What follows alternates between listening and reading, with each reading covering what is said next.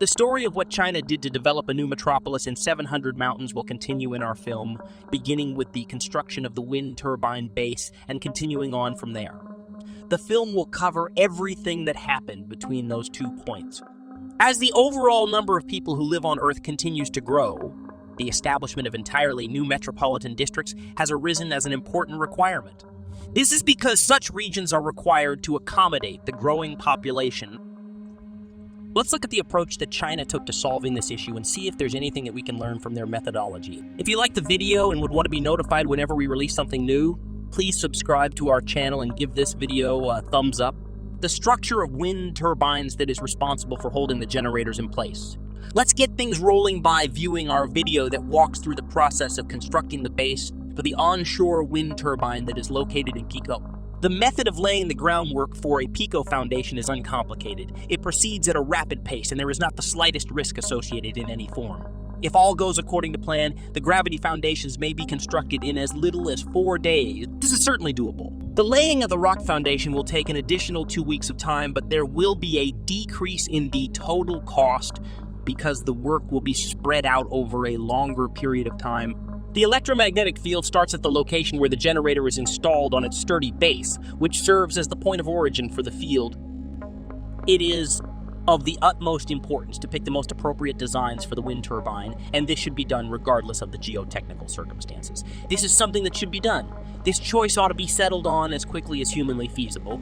Lanzhou's municipal government has drawn up a blueprint for the creation of a new area as part of the city's planned growth. Although China's cities are growing at a quick rate, there is not enough land accessible for expansion since an estimated 1/5 of the country's population lives in mountainous areas. Despite this, China's cities are growing at a rapid rate. Because of this, there is a scarcity of land that may be utilized for the growth of metropolitan areas. As a consequence of this, there is a dearth of land that is suitable for the expansion of urban centers and metropolitan areas. The local administration is of the opinion that if the mountains were leveled and the land that would be liberated as a consequence of this were sold, it would bring in billions of yuan and relieve the burden that is being placed on agricultural or culturally valued property in other areas. This is because the local administration believes that if the mountains were leveled and the land that would be liberated as a consequence of this was sold, it would bring in the following. This is due to the fact that the mountains currently prevent access to these other parts of the region. As part of China's largest moving mountains project in the country's history, one of the most successful construction businesses in China will invest 2.2 billion pounds to level 700 mountains. This will be China's most ambitious moving mountains endeavor to date. This initiative will make history in China by becoming the first of its type there. Because of this, real estate developers will have the capability, should they so want, to create a completely new metropolitan region. The China Pacific Construction Group, which is the driving force behind the project and has its headquarters in Nanjing and is of the belief that the cost will be well worth it at the end of the day, is of the belief that the project will be successful and that it will be well worth the cost. The China Pacific Construction Group is of the belief that the project will be successful and that it will be well worth the cost. The China Pacific Construction Group is certain that the project will be a success and that it will be well worth the investment that will be required. In the area that will have approximately 700 mountains flattened, in addition to the provision of additional locations for people to create their houses, there are plans being considered for the construction of multi-story buildings. This is in addition to the provision of additional locations for people to create their homes.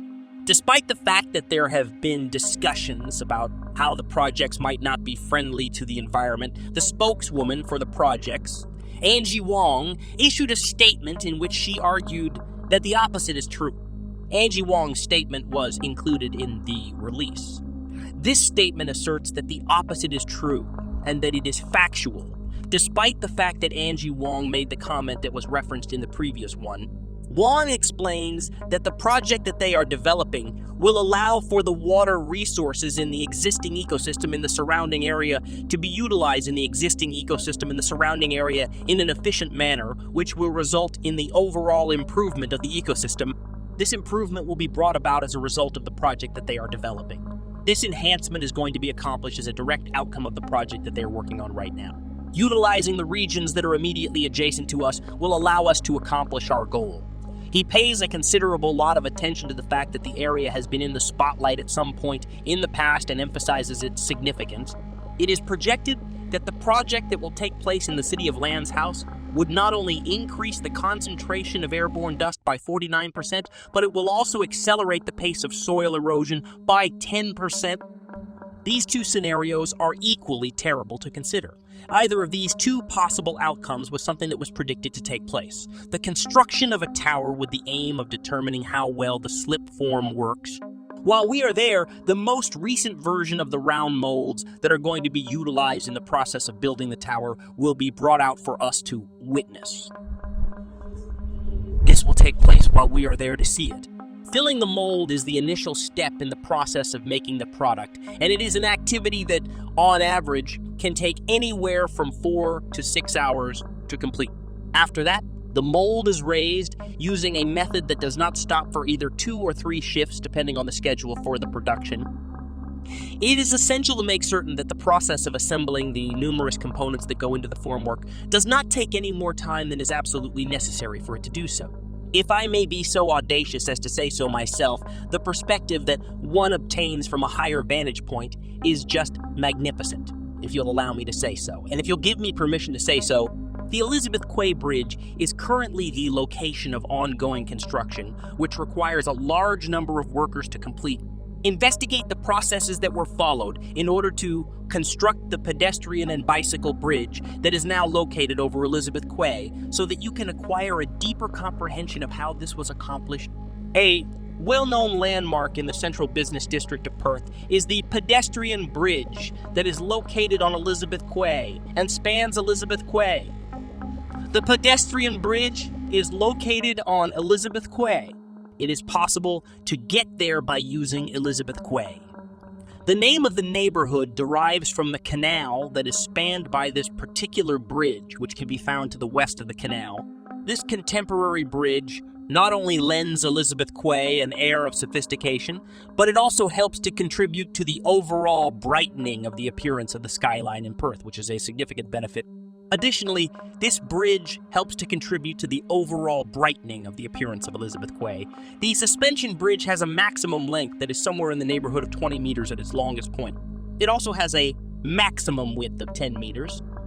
In addition to that, the width of it is most likely somewhere in the neighborhood of 20 meters, due to the fact that the bridge is constructed to allow for the passage of both hikers and bikers, those on foot, and those on 2 wheels are able to traverse it without encountering any obstacles. Here's one more exciting news. New $30 million China-UK mega project, the world's tallest cliff elevator that shocked the world. Don't waste your time. Just click it